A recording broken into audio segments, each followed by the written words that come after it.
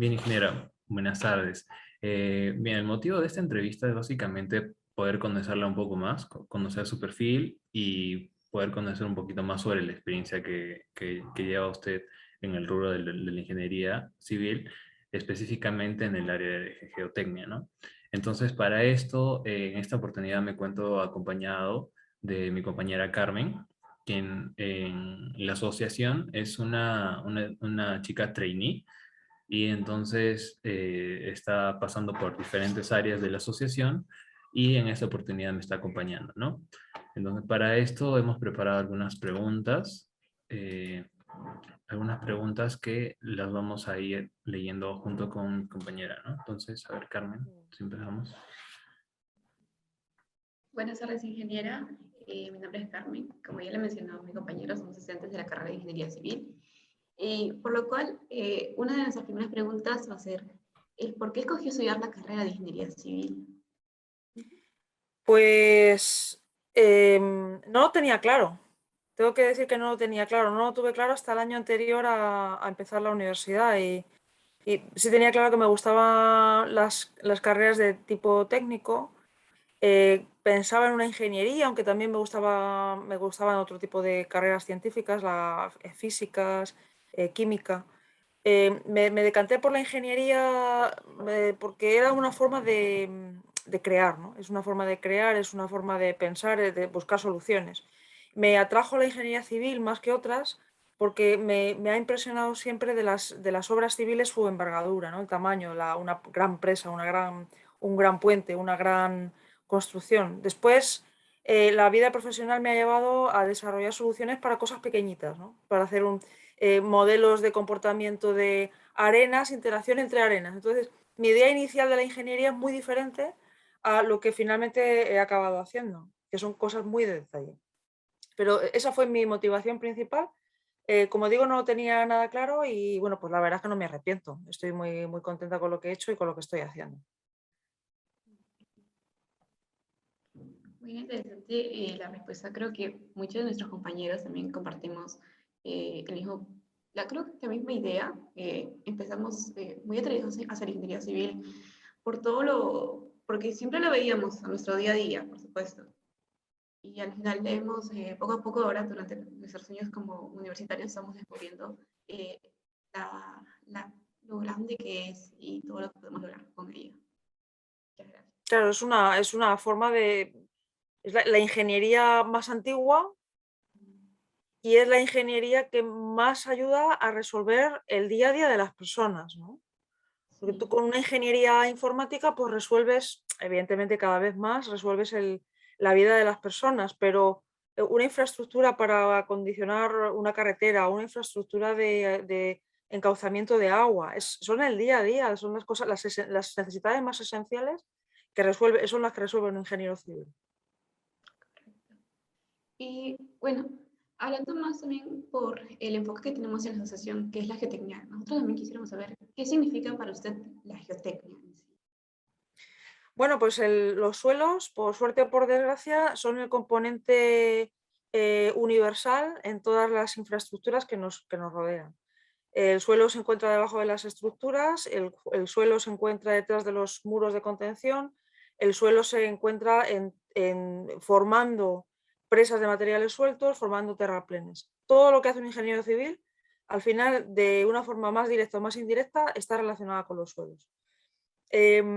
Conocer los suelos, he dicho antes que es por suerte o por desgracia, porque conocer los suelos es muy difícil. Es muy difícil porque hay muchos tipos de materiales, hay muchas condiciones, por condiciones geológicas, por condiciones químicas, por condiciones hidrogeológicas y por tanto los suelos son un material muy complejo, muy, muy complejo. Es el material más complejo con el que funciona o trabaja un ingeniero civil. La geotecnia para mí es la búsqueda de las soluciones o la búsqueda de las mejor de las soluciones cuando tenemos que tratar en la parte de suelos en cualquier infraestructura. Eso es la geotecnia. Es la aplicación de técnicas matemáticas y numéricas, sobre todo para mí numéricas, al día a día de los problemas de las infraestructuras civiles. Entiendo. Y En general, nosotros tenemos conocimiento que fue durante la investigación de su tesis, Geomechanical Modeling of Densification, Liquefaction, and Cyclic Mobility Processes in Granular Soils, Subject to Dynamic Loadings, que descubrió su inclinación hacia la geotecnia. Tal vez podría comentarnos más sobre este proyecto y cómo despertó un gran interés por investigar e innovar en esta rama. Bien, mi trayectoria académica, cuando yo me especialicé en ingeniería hidráulica. Entonces, la hidráulica, yo de hecho empecé a hacer una tesis doctoral en hidráulica. Por condiciones externas, pues bueno, no fue posible continuar con el tema que yo inicié en hidráulica por un tema laboral principalmente, porque no había posibilidad de continuar con esto. Entonces, de una carambola del destino encontré un director de tesis que se interesó en mi perfil y esta persona trabajaba en geotecnia. Mi director de tesis se llama el profesor Rafael Blázquez. Es internacionalmente también muy conocido en el tema de dinámica de suelos y licuefacción de suelos y de fenómenos dinámicos en suelos. Entonces él me propuso un tema que a mí me pareció interesante y de alguna forma estaba relacionado con la hidráulica, porque la licuefacción o licuación, como dicen ustedes, a lo mejor más en Iberoamérica, la licuación de los suelos en definitiva es la transición de un suelo, que es un material sólido, a un material fluido que es más parecido a mi investigación inicial. Entonces, a mí me pareció interesante esa vertiente fluido-sólida de los materiales térreos, ¿no? Entonces, él me propuso este tema y yo pues inicié la investigación en esto y bueno, pues eso pasó hace casi 20 años y todavía trabajo en ello, ¿no? Entonces, pues quiere decir que acerté, o sea, muy contenta, ¿no? Nuevamente una carambola del destino, porque yo inicialmente me quería dedicar a los ríos, no me pude dedicar a los ríos y me acabo dedicando a la dinámica de suelos, a modelos numéricos de fenómenos dinámicos en los materiales de tierra. Y muy contenta, como acabo de decir. Bueno, así fue también yendo por el lado de artículos en los cuales usted ha invertido mucho tiempo investigando. Otro artículo que encontramos fue Effect of Class F, Fly Ash on Fine Sand Compaction through Soil Simulation, en el cual muestra un nuevo enfoque sobre el uso que se le puede dar a la ceniza volante como un recurso de ingeniería mucho más ecológico y rentable. Tal vez, ¿qué más nos podría hablar sobre este proyecto y el impacto que tiene en la actualidad? Bueno, pues en la cabeza de todos los ingenieros, los antiguos, entre los que me incluyo menos, y los nuevos ingenieros, entre los que estáis vosotros, creo que tiene que estar el medio ambiente, ¿no? Está el medio ambiente, el cambio climático, el cuidar de nuestro planeta. Entonces, generar residuos no es sostenible más. Entonces, no puede ser que para hacer una infraestructura tengamos que destrozar una parte del planeta. La solución es reutilizar materiales que son de desecho, reutilizar los materiales plásticos, reutilizar los materiales cenizas. Y bueno, pues eso es una rama de investigación que en todas las ramas de ingeniería civil está en el día a día. Están los hormigones, cada vez utilizan menos cemento, utilizan más otro tipo de aditivos. En los suelos, pues cuando construimos una carretera y necesitamos cientos de miles o millones de metros cúbicos de material de aportación, parece un desperdicio no poder utilizar otro tipo de material, ¿no? Otro tipo de material que es un desecho, es un residuo que se produce en otro tipo de actividad industrial. Entonces, una solución a esto es la utilización de las cenizas volantes, de las fly ash. Entonces, pensando en esta opción, pues surgió la oportunidad de hacer yo inicié esta investigación con arenas del desierto en Arabia Saudí. Entonces conseguimos una cantidad de material y empezamos a ver para el ferrocarril de Medina a la Meca en Arabia, ¿no? Entonces estábamos viendo la posibilidad de mejorar el material térreo que tiene algunos defectos con materiales de residuo. Entonces estuvimos pensando, en este caso en concreto, cómo mezclar arenas con otro tipo de materiales. Y resulta que mezclando con determinadas dosificaciones, no solamente nos deshacemos de un residuo, sino que además mejoramos el material. O sea que hacemos win-win, ¿no? Ganamos por los dos lados. Entonces, he trabajado mucho con esto y en esa línea con diferentes opciones. Un ejemplo es lo que acabas de comentar con fly ash, mezclado con diferentes materiales. La arena mal graduada tiene a veces problemas porque tiene cambios de volumen. Entonces, una forma de evitar estos cambios de volumen en una infraestructura con arena mal graduada puede ser mezclarla con cemento y, como antes he dicho, el cemento es muy poco ecológico. Entonces, cuanto menos usemos cemento y más usemos otras cosas, pues mucho mejor. La fly ash, las arenas de cenizas volantes, son residuos de las centrales térmicas que hay montañas enteras de este residuo que mezcladas en condiciones, determinadas condiciones con agua y con materiales térreos, con suelos, se comporta muy parecido a un hormigón. Entonces, es una forma de minimizar el uso de más material térreo y además de mejorar suelos que a lo mejor no son tan buenos. Ese ejemplo que me parece que me has dicho el caso de la arena, pero también hemos hecho investigación con arcillas. Entonces, funciona con arcillas y funciona con arenas. Y bueno, eso es una cosa que estoy haciendo. También he trabajado con otro tipo de residuos, por ejemplo, ladrillo triturado. Hay muchas veces cuando demoliciones de obras, los ladrillos van a un vertedero. Entonces, estos ladrillos triturados convenientemente con una granulometría adecuada y mezclada con suelos, pues también puedes mejorar. No solamente que te deshaces del residuo, sino que mejoras el suelo. Entonces, ganamos doblemente. Y también empiezo ahora una investigación con cristales también, pues que son residuos de materiales que ya no se pueden reciclar, se trituran, es como una arena, que son de cristal mezclado, pues la arena, al final el cristal es como una arena cuarcítica, ¿no? Muy buena, tiene unas propiedades resistentes muy óptimas, porque es un material muy consistente. Y bueno, pues eso es un tema de luego a desarrollar y que nos estaremos bastantes años pensando en él. Con plásticos también, hay mucho trabajo de reciclar plásticos en las infraestructuras de carretera, no solamente en las tierras, sino también en las capas de arriba de las carreteras, los pavimentos. Y bueno, yo os animo a todo el mundo luego a que explore esas vías que forman parte de lo que se llama la geotecnia ambiental. Ingeniera, Gracias disculpe, por... una consulta que le interrumpa. ¿Cómo es que usted tiene la consideración de utilizar ese material reciclado? Por ejemplo, mencionó algunos casos como los ladrillos. En este caso, su composición, pues, ¿no? Si está hecha de arcilla, ¿no? O tal vez son bloques de concreto. Entonces, ¿cómo lo maneja, ¿no? Para evitar posibles consecuencias que pueda tener, ¿no? De repente por las propiedades que pueda tener, ¿no? Este tipo de componentes.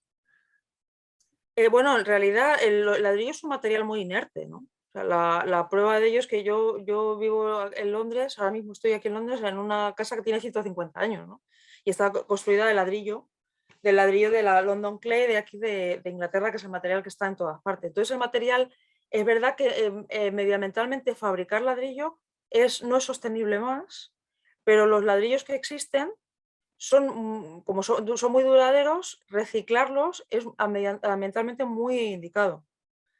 Entonces, el mezclar ladrillos con material, con tierras, es medioambientalmente muy conveniente porque en una demolición de, por ejemplo, el edificio en el que yo me encuentro, la opción es mandar todos estos ladrillos a un vertedero o reutilizarlos. Se pueden reutilizar, aquí en Inglaterra se hace mucho, los ladrillos como son tan consistentes, reutilizarlos en otros edificios, ¿no? Se desmontan y se montan. En el caso concreto que os comento, que utilizamos para la arena, nuevamente la arena del desierto, la arena del desierto del Sáhara, en Arabia Saudí, en Medina la Meca es arena de Jeddah, es una arena eólica. Entonces, este material lo triturábamos, entonces lo utilizas como una roca y lo llevas a una central de trituración y para tener una granulometría específica y lo tratas como si fuera una roca. Y al final lo que tienes son materiales que tienen unas partículas que son de ladrillo. Entonces, ambientalmente es muy indicado porque te evitas nuevamente el residuo.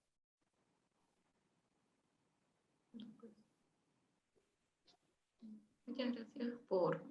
En realidad, cuando yo empecé a querer inquietarme con ingeniería civil, también quería vincular mi carrera. Uno de los propósitos que quise hacer era buscar maneras de también cuidar el planeta, de ir de la mano junto con el medio ambiente.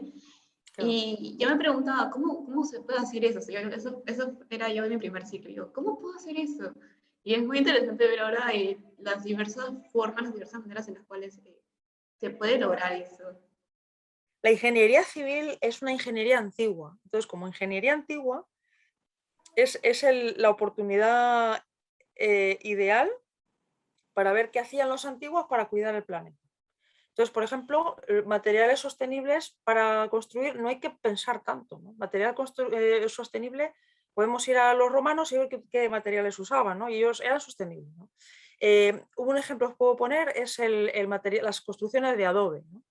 Las construcciones de adobe que no sé si en Perú son muy frecuentes, pero en Chile, por ejemplo, sí, son muy frecuentes o muy abundantes. Bueno, aquí en Y Perú bueno, pues sí, consiste en...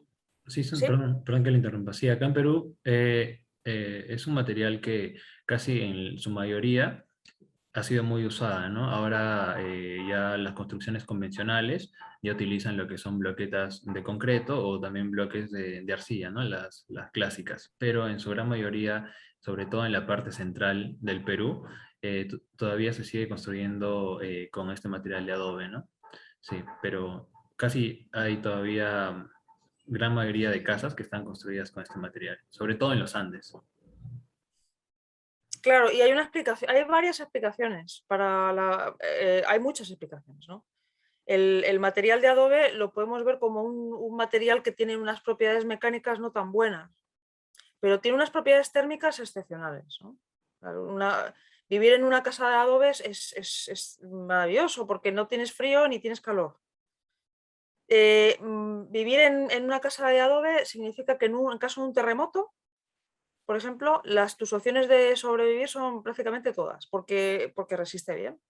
Es un material que es muy resiliente y como no las estructuras, los edificios no se suelen componer de estructuras de concreto, sino que están con muros que son todos ellos de adobe, es verdad que se deterioran, pero no se suelen romper de forma drástica. Entonces es muy difícil encontrar víctimas mortales en zona sísmica con construcción de adobe.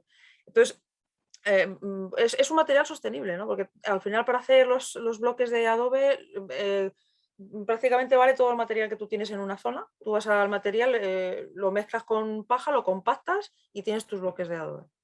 Precisamente estoy dirigiendo una tesis doctoral a un estudiante chileno que ha empezado este año y es una investigación con bloques de adobe. Y está haciendo una caracterización experimental de materiales de Santiago, no es de Santiago, es de Chile, de diferentes localizaciones. Y bueno, pues con la idea de mejorar los estándares de diseño y de construcción de construcciones con bloques de adobe. Nuevamente pensando en la sostenibilidad de la construcción en ingeniería civil y desde mi ámbito de actuación, que es la geotecnia. Sí, justamente acá en Perú, por ejemplo, en la universidad, el ingeniero Marcial Blondet, que es un ingeniero que tiene amplia experiencia en estructuras, estaba haciendo algunas pruebas, sobre todo en bloques de adobe, en los cuales le ponía agregados, por ejemplo, como algunas partículas de caucho, ¿no? Finas, como rayaduras de caucho, y también Neumático, ¿perdón? Claro, de neumáticos, ¿no? neumáticos, claro, de neumáticos. Y también le ponía, se me fue, este material no, no, es que no es ligas, es Fibras. como fibras, sí, le ponía fibras, pero como un enmallado de fibras, ¿no?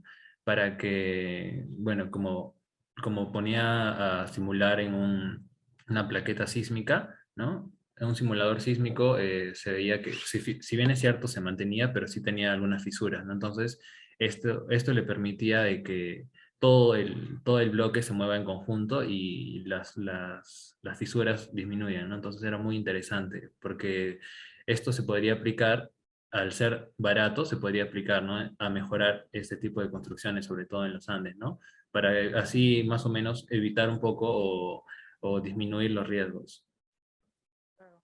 Fíjate que hay una investigación que han desarrollado el profesor Federico Antico de la Universidad Adolfo Ibáñez de Chile y el profesor Gerardo Arana, que es bloques de tierra con pelo de cerdo.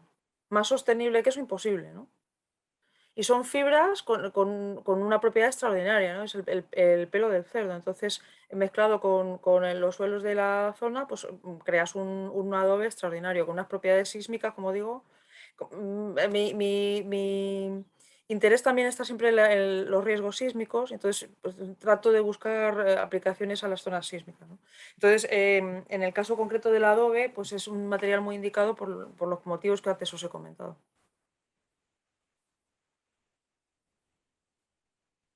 Bien, ahora la siguiente pregunta en general. Según su opinión y amplia experiencia, ¿qué características considera que son fundamentales para para tener un perfil de buen investigador geotécnico?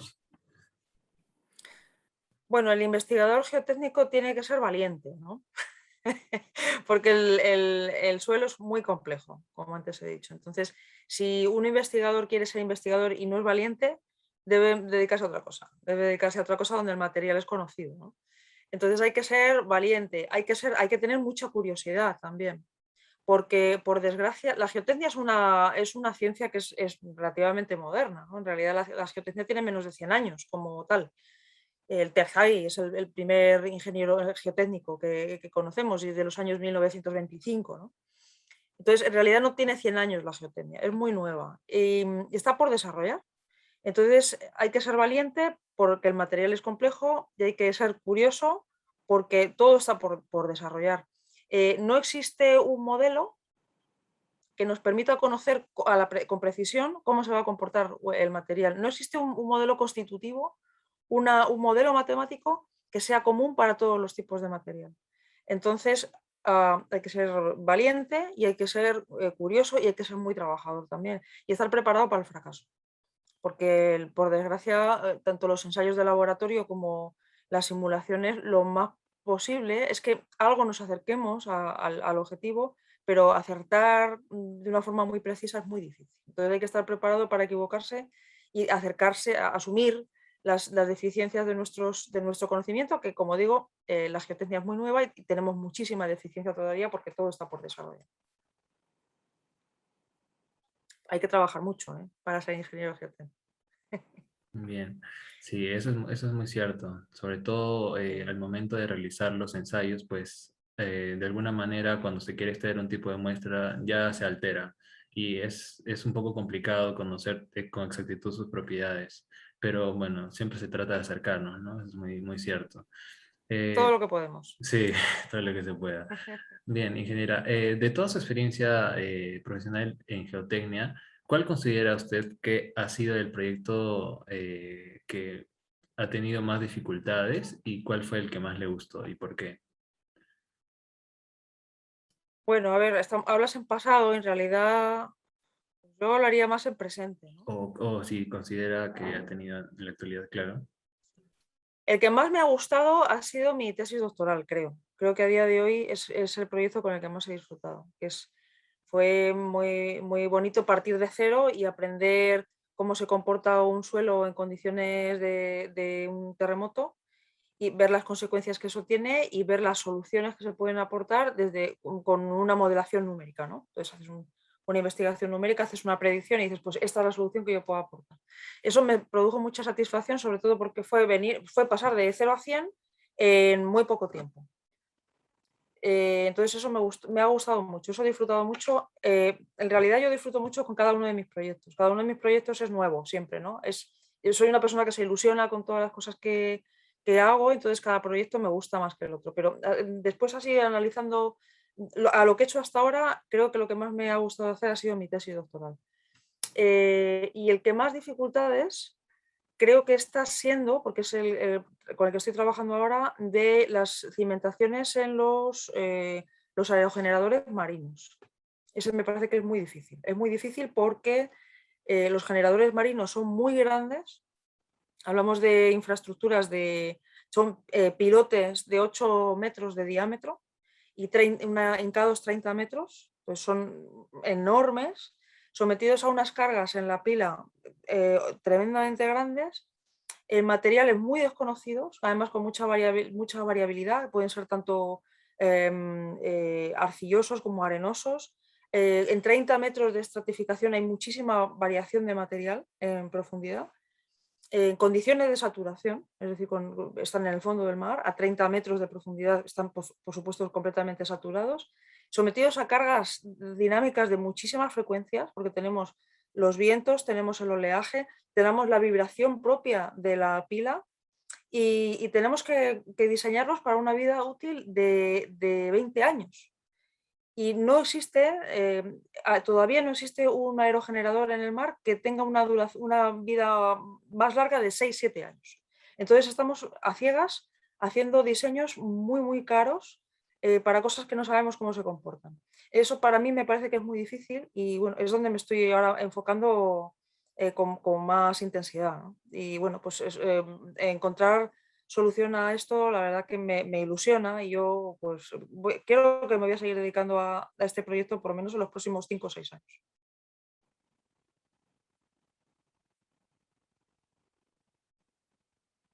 Bien, Carmen, ¿continúas?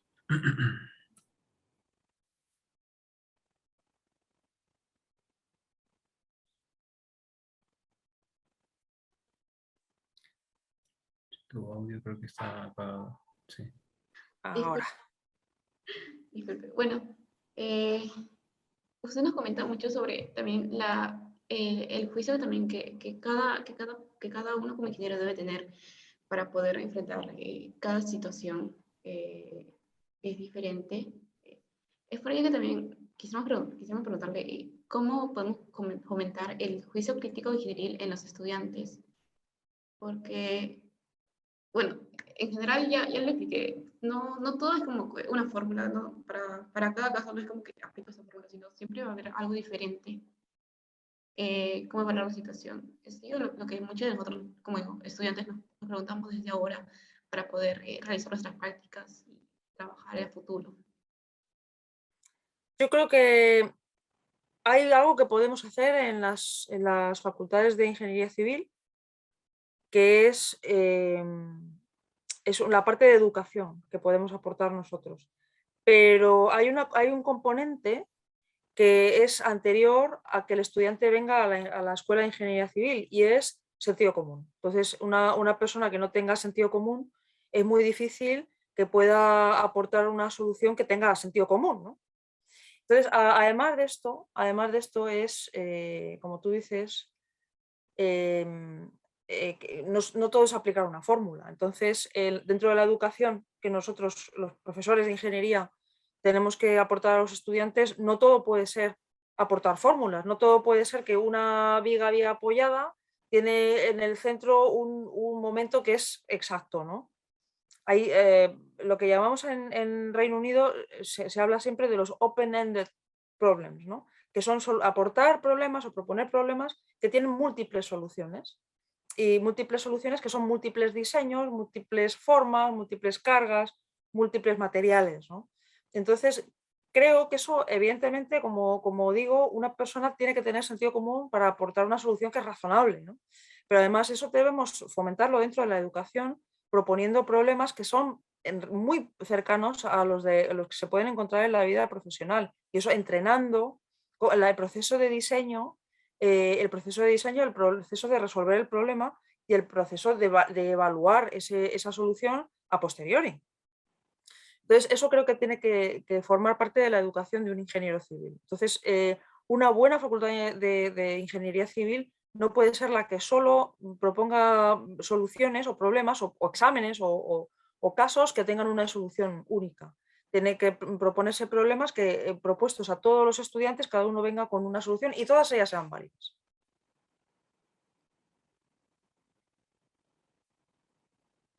Bien, ingeniero, antes que se nos pase, bueno, tenía una pregunta. Considerando aquí, por ejemplo, en el caso peruano, diseñamos cimentaciones a base de tipo Meyerhof y basamos muchos diseños en base a los resultados de ensayos de penetración estándar, que son los SPT.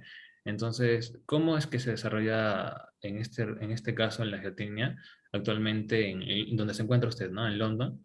Si es un caso similar aquí al peruano o si encuentra algún otro tipo de falencias, por ejemplo, ¿no? Que evitan construirlo de ese tipo. Em, en definitiva, todos los estándares, todas las instrucciones de diseño en todo el mundo se basan en Meyerhof o en evoluciones de Meyerhof, ¿no? Al final, todas las cimentaciones se basan en las mismas funciones con diferentes coeficientes de corrección que son empíricos, ¿no?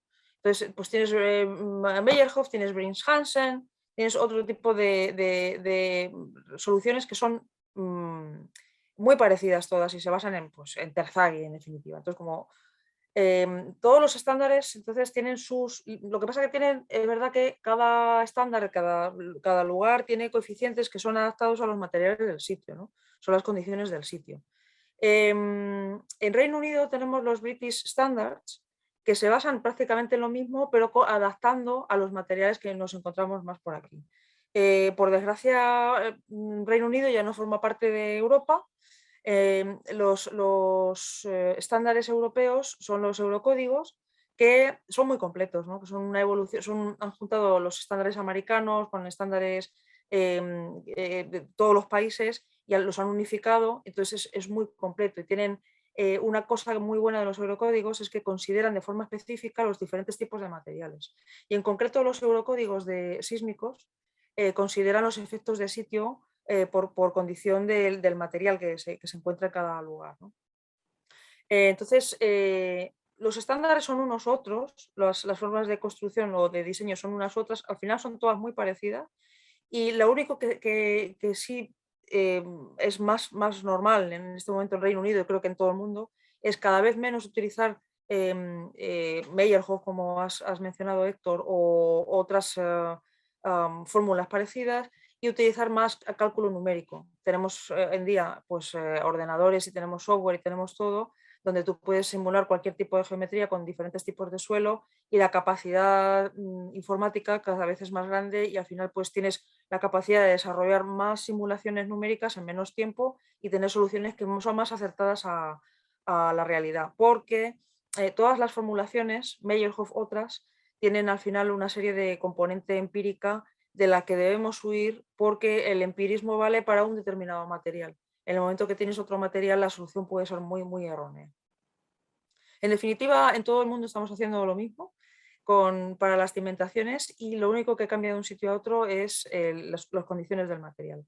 En cuanto al SPT, se usa en todo el mundo. Entonces, el SPT lo bueno que tiene es que en todas partes es igual y si no es igual, pues lo normalizas con las condiciones para que todo el mundo hable en el mismo, lo traduces para que todo el mundo hable el mismo idioma, ¿no? Con los SPTs, con las mismas energías de impacto, con las mismas condiciones de confinamiento, con todo igual. Entonces, también se utiliza aquí el SPT mucho y se utiliza mucho el CPT. El CPT que es más complejo, sobre todo es más fácil de analizar, ¿no? Porque es continuo y es más fácil de analizar. La diferencia, no sé, no desconozco el caso peruano, ¿no? En Reino Unido, por ley, cada lugar donde hay un sondeo y una extracción de material, por ley esto se incorpora a un sistema de información geográfica, entonces la información es conocida para todo el Reino Unido. Entonces hay una página web donde la información geotécnica es muy amplia y es de libre acceso y de libre uso.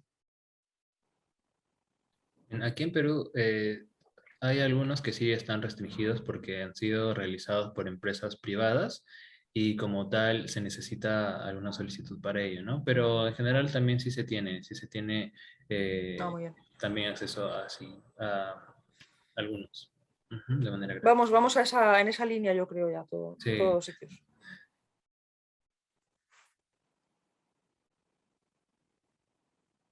Por ejemplo, otra pregunta, ¿qué habilidades busca o quisiera encontrar en un estudiante o tal vez lo he encontrado, y futuro ingeniero geotécnico, y qué recomendaciones le daría a esta nueva generación de ingenieros geotécnicos, ¿no? Que cada vez se ve que se está impulsando un poco más sobre este tema. Recomendación, la recomendación es no asustarse ante la incertidumbre, es decir, afrontar los problemas pensando que la solución no existe, es decir, no se va a un libro y se aplica la fórmula y esa es la solución, sino que hay que desarrollar siempre algo nuevo para tener la solución buena. Entonces, hay que, como antes decía, hay que tener mucha curiosidad y ser valiente, porque no se puede uno asustar ante los problemas que no están resueltos. En definitiva, esto es aplicable, si quieres, es aplicable para cualquier investigador, ¿no? Un investigador no puede pretender resolver todos los problemas en base a lo que ya hay. El investigador tiene que desarrollar siempre algo nuevo. En el caso de la ingeniería geotécnica puede ser más difícil porque hay menos desarrollado y porque la variación de unos materiales a otros es abismal, ¿no? Entonces, comparar un material, por ejemplo, con materia orgánica con una arena silicia bien graduada, pues es como comparar agua con aceite, ¿no? Que no tiene nada que ver un material con otro, o comparar, por ejemplo, agua con aire. Son materiales completamente, son fluidos, pero son materiales completamente distintos. Entonces, en la ingeniería geotécnica hay una variación tremenda, desde el punto de vista que hay ingenieros geotécnicos de arcillas y hay ingenieros geotécnicos de arenas, ¿no? Porque hay una variación tremenda. Entonces, para ser ingeniero geotécnico hay que ser curioso. Perdón.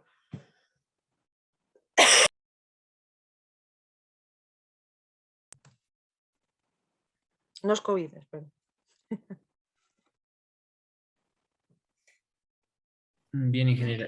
No sé si podría hacer una invitación a los estudiantes y profesionales en general a participar de este evento que es el GeoWeek, la tercera edición, para que se pueda escuchar en su conferencia, ¿no? Entonces esta parte la podríamos cortar. Una invitación para que la gente lo escuche, para que la gente acuda al evento. Sí. Bueno, ¿cómo queréis la invitación? Que yo me presento y cuento anuncio lo que voy a contar. Claro, claro, o sea, sí, que primero se presenta el tema que va a tratar, ¿no? Y la invitación, ¿no? Todos ellos. Vale. Muy bien, pues si queréis probamos y si no os gusta, pues repetimos, ¿vale? No, claro, está bien. ¿Ya? Hola, mi nombre es Susana López Querol, soy doctora en Ingeniería Geotécnica. Soy Associate Professor in Geotechnical Engineering en la University College London. Estudié mi tesis doctoral en España y me dedico principalmente a fenómenos dinámicos en suelos, desde el punto de vista numérico y también experimental. Voy a desarrollar una ponencia que va a tratar sobre el comportamiento de los aerogeneradores marinos y el estudio de sus cimentaciones en el largo plazo. En esta conferencia voy a tratar diferentes temas en los que estoy investigando en estos momentos, por ejemplo, la degradación de los materiales por causa de la repetición de cargas, por causa de oleaje, de viento, de vibración de la turbina con diferentes frecuencias, y también los fenómenos de erosión local en el fondo del mar que producen que la longitud del empotramiento en la monopila del aerogenerador se reduce y por tanto hay unas mayores inclinaciones cuando está solicitado por carga de viento o oleaje. Es un problema geotécnico que es está muy de moda porque hay muchísima producción de aerogeneradores en el mar como causa de buscar energías renovables. Por ejemplo, en Europa, en el Reino Unido, es ahora mismo muy extendido. Entonces, yo creo que es una conferencia interesante y pues los invito a todos ustedes a participar y a escucharme. Y, por supuesto, a resolver todas las preguntas que yo pueda recibir. Gracias. Y muchas Me gracias. lié muchísimo. Yo creo que tengo que repetir esto, ¿eh? Está bien, sí, pero si usted lo considera, no hay problema. Como usted guste, ¿no? No sé. que no sabía muy bien qué decir. Si queréis repito y elegís, ¿vale? Vale, vale, está bien, ¿ya? Vale. Ok. Hola, mi nombre es Susana López Querol, soy doctora en Ingeniería Geotécnica, trabajo en la University College London, soy Associate Professor in Geotechnical Engineering y voy a tratar del tema de los aerogeneradores marinos y el diseño de las cimentaciones profundas por monopila. Los aerogeneradores marinos tienen unas dimensiones cada vez más grandes para tratar de generar más megavatios y las monopilas de las que hablo tienen unos diámetros de entre 6 y 8 metros aproximadamente y unas profundidades de empotramiento de 30 metros. El tema del que voy a tratar son diferentes investigaciones que estoy desarrollando, estoy dirigiendo en este tema sobre los modelos a largo plazo para una vida útil de estas infraestructuras de 20 años. En concreto voy a hablar de las degradaciones de los materiales como consecuencia de la repetición de carga dinámica de viento y de oleaje, también de la vibración propia del aerogenerador y también de los efectos de erosión local en el fondo del mar por causa de corrientes marinas y también de oleaje. Esta erosión local produce una pérdida de la longitud de empotramiento de las monopilas y por tanto una mayor inclinación en las oscilaciones de estas infraestructuras. Son temas muy de moda porque los aerogeneradores están de moda, son unas infraestructuras que se están construyendo mucho en todo el mundo por buscar energías renovables más sostenibles. En particular en Reino Unido hay muchísima producción y en toda Europa muchísima producción y construcción de aerogeneradores en el mar, cada vez más grandes, como digo. Entonces yo les invito a todos ustedes a participar o escucharme en esta ponencia y por supuesto estaré encantada de resolver sus cuestiones. Muchas gracias. Esto ha sido más profesional. Sí, sí, gracias, ingeniera. Más Yo me bien, quedo con esta segunda, yo os dejo sí, libertad, sí, pero me quedo con no, esta. está excelente. Sí, quizá Sí, la primera como quizá no se lo esperaba, eh, claro, claro. sí, lo tomamos por sorpresa. Sí, Bueno. bueno, le agradecemos, ingeniera, por la oportunidad, ¿no? En esta